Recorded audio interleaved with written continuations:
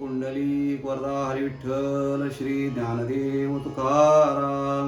नमस्कार मंडळी, अमृतबिंदू या आध्यात्मिक मराठी यूट्यूब चॅनलवर पुन्हा एकदा आपले स्वागत आहे. आजच्या चिंतनाचा श्लोक असा आहे: अहंता गुणे सर्व ही दुःख होते, मुखे बोलिले ज्ञान ते व्यर्थ जाते. सुखी राहता सर्व ही सुख आहे, अहंता तुझी तुझी शोधून पाहे. श्रीराम. मंडळी, समर्थांनी या श्लोकामधून मनुष्याला दुःखी होण्याचं कारण काय, माणूस का दुःखी होतो, त्या कारणाची मीमांसा केलेली आहे. समर्थ म्हणतात, अहंता गुणे सर्व ही दुःख होते. माणसाच्या दुःखाचं मूळ कारण आहे ते अहंकार आहे. सगळ्यात दुःख माणसाला होतं तो स्वतःचा अहंकार दुखवल्यानंतर होत असतं. म्हणजे मी एक कोणीतरी आहे, माझं एक काहीतरी अस्तित्व आहे, माझं स्वतःचं असं काहीतरी वेगळेपण आहे, अशा प्रकारची जी भावना त्याला अहंता म्हणतात, त्याला अहंकार म्हणतात. आणि तो दुखावल्यानंतर कोणालाही ते सहन होत नाही, म्हणजे परिणाम त्याचं दुःख होतो. अगदी लहान मूल ज्याला आपण अज्ञान म्हणतो, लहान मुलाला काही कळत नाही असं म्हणतो, ते अज्ञान स्वरूपात असतं असं आपण जरी म्हणत असलो तरी त्याचा सुद्धा एक स्वतःचा अहंकार असतो. बघा, एखादं लहान मूल खेळत असावं आणि त्या लहान मुलाची आई जर दुसऱ्या लहान मुलाला मांडीवर जर घेतलं तर त्याला त्याच्याबद्दल ते वाटते की मी कोणच नाही काय, मला सोडून त्याला का मांडीवर घेतलं. त्याचा अहंकार दुखावला जातं, ते भांडायला जातं. त्या दुसऱ्या मांडीवर घेतलेल्या मुलाला ते बोचकारायचा प्रयत्न करते, त्याला ओढून खाली मांडीवरनं काढायचा प्रयत्न करतं. ते असं का होतं? ते तर अज्ञान आहे ना, त्याला बाकीचं काही गोष्टी नाहीत ना. असं जरी असलं तरी अज्ञानाच्या ठिकाणी सुद्धा अहंकार एक प्रकारचा असतो, तो त्या बाळाच्या ठिकाणी असतो. म्हणून सगळ्यात दुःखाचं मूळ कारण काय असेल तर ते अहंकार, अहंता, असं समर्थाने या ठिकाणी सांगितलं. ते म्हणतात, अहंता गुणे सर्व ही दुःख होते. माणसाच्या दुःखाचं कारण अहंता आहे.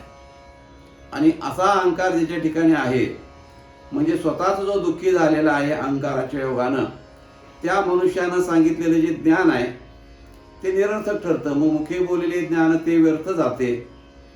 कारण का? अंतःकरणात एक आणि तोंडामध्ये शब्द वेगळे असं जर असलं तर त्याचा परिणाम होत नाही. जो मनुष्य सुखी आहे त्यानं मी सुखी आहे असं म्हणणं आणि जो दुःखी आहे त्यानं मी सुखी आहे असं म्हणणं, यामध्ये फरक आहे.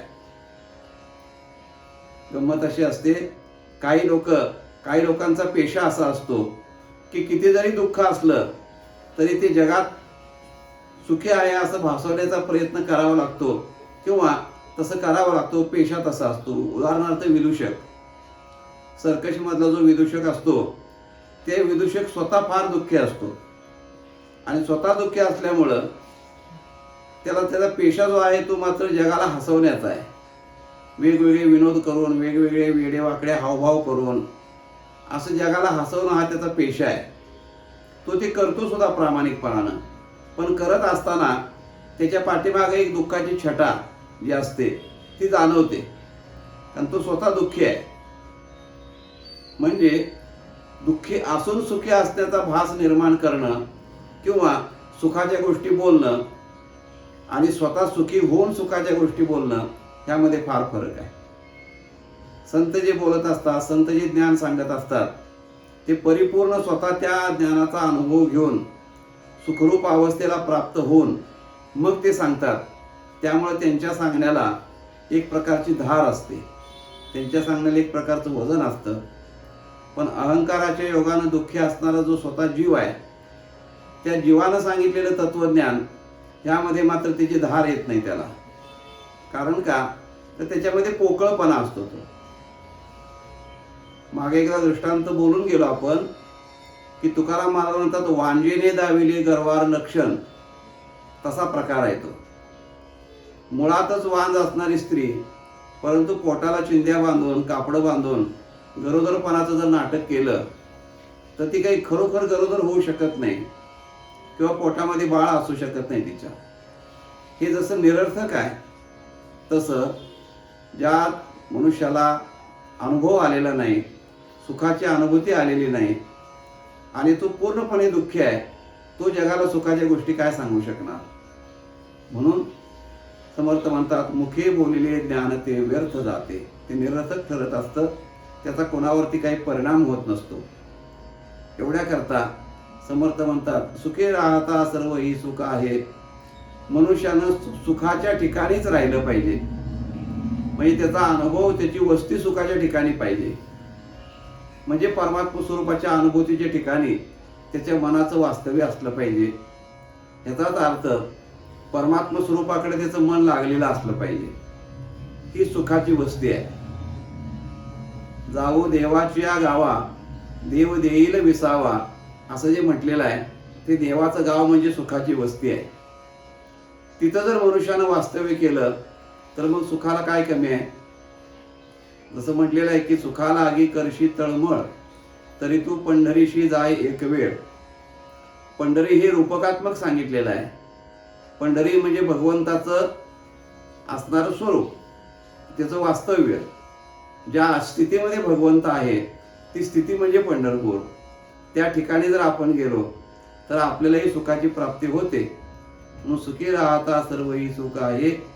समर्थ म्हणतात की अहंता तुझी तूची शोधोनी पाहे. मग त्या सुखाला अडथळा करणारी काय आहे, तर परत तोच विषय येतो की अहंता त्याला अडथळे करणारी आहे. मग ती कुणी काढून टाकली पाहिजे, तर समर्थ म्हणतात तुझी तूच काढून टाकली पाहिजे. इथं गंमत एक अशी आहे की आपल्याच ठिकाणी असणारा दोष आपल्या लक्षात येत नाही. माणसाला स्वतः तो जर आजारी असला तर तो आजार त्याच्या लक्षात येत नाही. तसं तो आजार कोणीतरी वैद्यानं सांगावा लागतो की तुम्हाला हा आजार झालेला आहे, मग तो त्याच्या लक्षात येतो. तसं अहंकार एक अशी वस्तू आहे की आपल्याजवळच आहे, पण आपल्या लक्षात येत नाही की अहंकार माझ्या ठिकाणी आहे. आपण असं म्हणतो, कुठं आहे मला अहंकार? माझ्या ठिकाणी तर अहंकार नाही, मी गर्व करत नाही, मी लीन आहे, मी नम्र आहे असं म्हणतो. पण त्या म्हणण्यामध्ये सुद्धा एक प्रकारचा अहंकार असतो. काही महाराज मंडळी कुणाकडून पाया पडून घेत नाहीत, कुणाचा नमस्कार करून घेत नाहीत. हे मी कोणाचा नमस्कार करून घेत नाही म्हणतात. आता नमस्कार मी कोणाचा करून घेत नाही, कुणाकडून म्हणणं सुद्धा अहंकार झाला. अरे बाबा, ते तुला नमस्कार करत नसतात. तुझ्या ठिकाणी काही असणारे दैवी गुण आहेत, काही संतांची वचनं तू सांगतोस म्हणून नमस्कार करतात. तुला कोण नमस्कार करतंय? पण त्याला असं वाटतं की मला माणसं पाया पडतात म्हणून मी पाया पडून घेत नाही, म्हणजे मी आला तिथं. म्हणजे अहंकार नाही असं ज्या ठिकाणी म्हणतो त्याचाच एक प्रकारे अहंकार येतो. एकदा गंमत अशी झाली, एक मनुष्य तीर्थयात्रेला जाऊन आला आणि तीर्थयात्रेसनं आल्यानंतर मावंद्याचा कार्यक्रम असतो. तो मावंद्याचा कार्यक्रम केला, म्हणजे तीर्थयात्रेचं उद्यापन म्हणतात त्याला. तीर्थयात्रेसनं आल्यानंतर उद्यापन करायचं असतं. आणि मग सगळे मित्रमंडळी, पाहुणे पै सगळे नातेवाईक जेवायला बोलवले, मोठा समारंभ केला. अर्थात असा एक नियम आहे किंवा पूर्वी अशी प्रथा होती की तीर्थाला गेल्यानंतर काहीतरी सोडून यायचं असतं त्या ठिकाणी. म्हणजे एखाद्या अवगुणाचा त्याग करावा, एखाद्या कुठल्याही गोष्टीचा त्याग तिथं करायचा असतो. काही काही माणसं तर असं म्हणतात की आपली एखादी सवय त्या ठिकाणी त्यागून यायची, सोडून यायची. काही माणसं तीर्थयात्रेला जाऊन आले की चहा प्यायचं सोडतात. काही माणसं तीर्थयात्रेला जाऊन आले की पायात चप्पल घालायचं सोडतात. काही माणसं म्हणतात की आम्ही आता काशी यात्रेला जाऊन आलोय, कोणाच्या वर्ष श्राद्धाचं उत्तरी कार्याचं आम्ही जेवत नाही. म्हणजे असं कोणाचं काय असतं, काहीतरी सोडून यावं लागतं. तर त्या ग्रहस्थाला लोकांनी आलेले विचारलं, एकानं विचारलं की म्हणे रामभाऊ तुम्ही काय सोडून आला तीर्थयात्रेला गेला? म्हणे मी राग सोडून आलो. ठीक आहे, वा वा, छान गोष्ट आहे, चांगली गोष्ट झाली. पुन्हा दुसऱ्यांदा विचारलं त्यांनी की म्हणे काय सोडून आलो म्हटलं तुम्ही? अरे सांगितलं ना, राग सोडून आलो. तिसऱ्यांदा विचारलं काय सोडलं म्हटला? सांगितलं का नाही राग सोडला म्हणून? चौथ्यांदा जेव्हा विचारलं तेव्हा तो म्हणला, गाढवा म्हणला तुला अक्कल आहे का नाही, मी राग सोडून आलो, सांगितलं का नाही? आता हे राग सोडून आला का आणखीन जास्त घेऊन आला? म्हणजे जो आपल्याजवळ आहे तो दुर्गुण आपल्याजवळ आहे हेच आपण विसरतो आणि तो नाही या संभ्रमामध्ये मनुष्य राहतो. तेच खरी फसवणूक आहे, स्वतःची स्वतःने केलेली फसवणूक आहे. म्हणून आपल्या ठिकाणचे जे विकार आहेत, आपल्या ठिकाणचे जे दोष आहेत, त्याचा शोध आपण घ्यावा. ते कुठं लपून बसलेले आहेत का, सूक्ष्म रूपानं कुठं अंतःकरणामध्ये आहेत का, आणि ते जर असतील तर त्यांना समूळ घालवण्याचा प्रयत्न करणं, ह्याला समर्थ म्हणतात अहंता तुझी तुझी शोधून पाहे. आणि ते शोधून त्या ठिकाणी त्याचं निराकरण जर केलं तर मग सुखाची वस्ती आणि सुखाचाच अनुभव अशा प्रकारचा त्या साधकाला येतो. हे समर्थांनी या श्लोकाद्वारे भगवत भक्ती करणाऱ्या साधकांना सांगण्याचा प्रयत्न केलेला आहे. तेव्हा असं असणाऱ्या या श्लोकाचं चिंतन मंडळी, आपल्याला चिंतन कसं वाटलं ते जरूर कळवा. चॅनल अवश्य सबस्क्राईब करा आणि इतरांच्या पर्यंत त्याची माहिती जरूर द्या. भेटूया मंडळी पुन्हा पुढच्या भागामध्ये. तोपर्यंत नमस्कार. रामकृष्ण हरी.